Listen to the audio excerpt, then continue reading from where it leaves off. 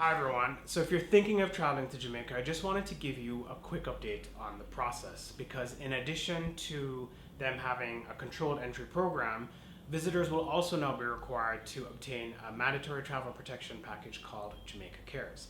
So just to remind you, Jamaica does have a controlled entry program in place, and I speak about this in my previous video about traveling here, but essentially you will need to obtain an electronic travel authorization from the visitjamaica.com website. There are 4 traveler categories that you can apply under, and these are you're either a resident that's returning to the island even if you've been away for a few days, as well as a visitor that's either staying within the COVID resilient corridor, a visitor for business purposes, or a visitor that is going to be staying outside of the COVID resilient corridor. Now you may be wondering, what is a COVID resilient corridor? And that's a good question. The best way that I can describe this is the COVID resilient corridor is a primary tourism section of the island. It includes many of the resort destinations with specific areas on the north coast as well as the south coast. According to Visit Jamaica, tourists are required to remain at their hotel or resort within the corridor for the duration of the stay. One may, however, leave the hotel or resort to visit any tourist attraction that is certified by the Jamaica Tourist Board to be a COVID-19 resilient licensed tourist attraction that's located within the resilient corridor. Did you get all of that? You cannot enter the island on the premise that you'll be staying on the resilient corridor and just transfer outside of it to visit friends. That's a no-no. So if you're a returning resident or a tourist that's staying outside of the corridor, you will still be required to complete the mandatory 14-day quarantine. Any exceptions will be highlighted to you when you arrive and receive your quarantine orders. Business travelers will have perhaps a unique circumstance in which usually you'd be entering for a shorter time and you would be conducting meetings.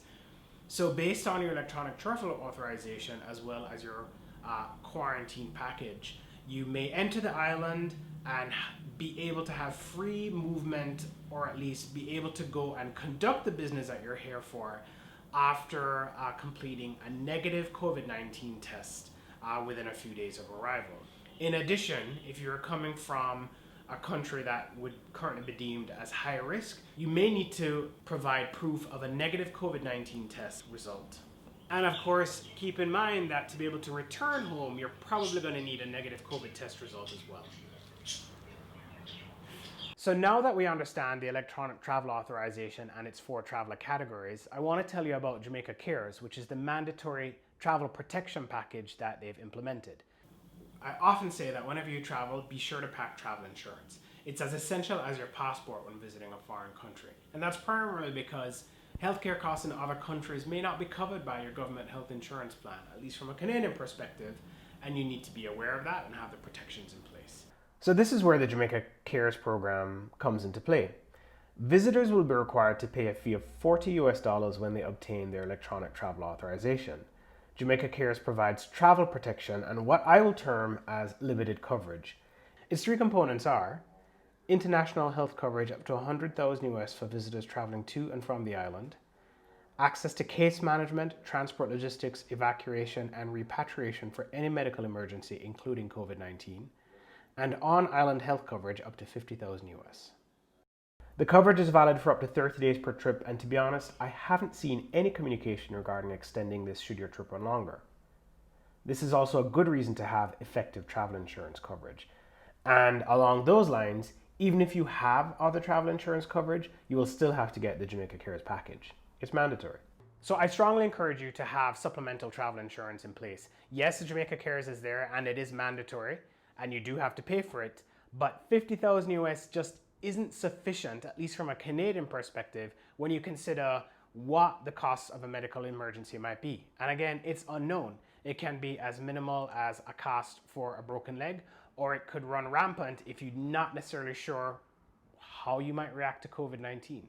There are too many unknowns, so you want to choose something that will have higher benefit limits and ensure that you have the right coverage in place.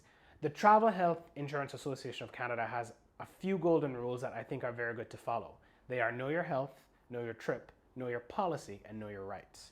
We have to be certain that for whatever reason we deem essential right now, if we are traveling, we take the necessary safety protocols to keep ourselves and others safe from COVID-19.